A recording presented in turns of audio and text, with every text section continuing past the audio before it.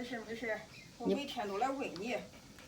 朋友们也不要太担心啊，因为他每天的饮食都是我直接负责的，然后我从那边做好饭，然后给他送来的。你把它指那边去了，你指那边有的打他，他腿能叫，他不像皮皮似的能老实。他一点儿他都叫嗷嗷嗷的，那小闺女也不敢喂他。他还上闺女身上跑。你到你打急了，那打死他了。他那脾气呢，说上来就打。他不愿指过去在这吧，给你大爷走个遍呀，好了还能，天天来喂他就行嘛。就是他的饮食呢，不让我大爷参与了，全部是由我来负责这一块儿。如果我出差忙的时候呢，我就让我妈过来帮忙喂一下，因为它的量不能太多。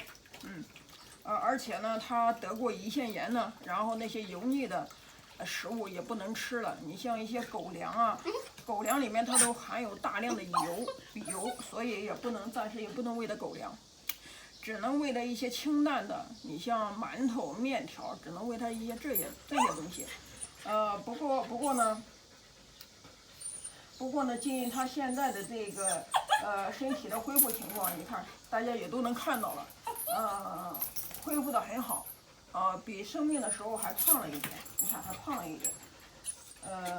药咱们还是继续喂，食物由我来负责，大家也不用过多的担心。其实大家也是给出的建议，也是我也看到了啊，其实我也能理解，所以也请大家多多理解我啊，因为也是各种原因啊，暂时不能把它接到那边去，也是为了他的安全着想，好不好？因为到了那边他可能会挨打，因为我不想让他挨打。看你都看着叫，知道不？去救了他呢，成天的都把他当成宝。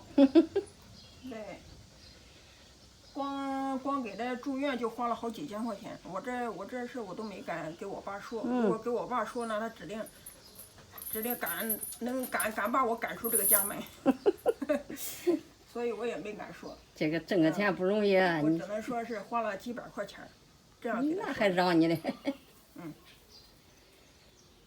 会过上岁数人都过闹日子。你看你去一下子买一下子狗粮，一回买一下子狗粮，买了得穿过喂狗，得多少钱花，是吧？这看病又花了多少钱？这小狗又花了多少钱？哎呀，又打针又治啥的。走皮，拿着咱篮子过来，拿着篮子皮来，拿着你篮子。我说。走了，回家了。走，别摇了，等着再来看你哈。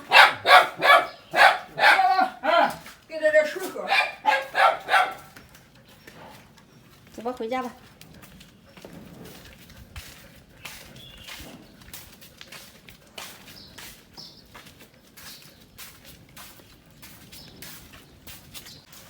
那把篮子搁下吧，把篮子搁下，快来。别掉那里了。把篮子搁下，我给你刷刷。放下吧，放下。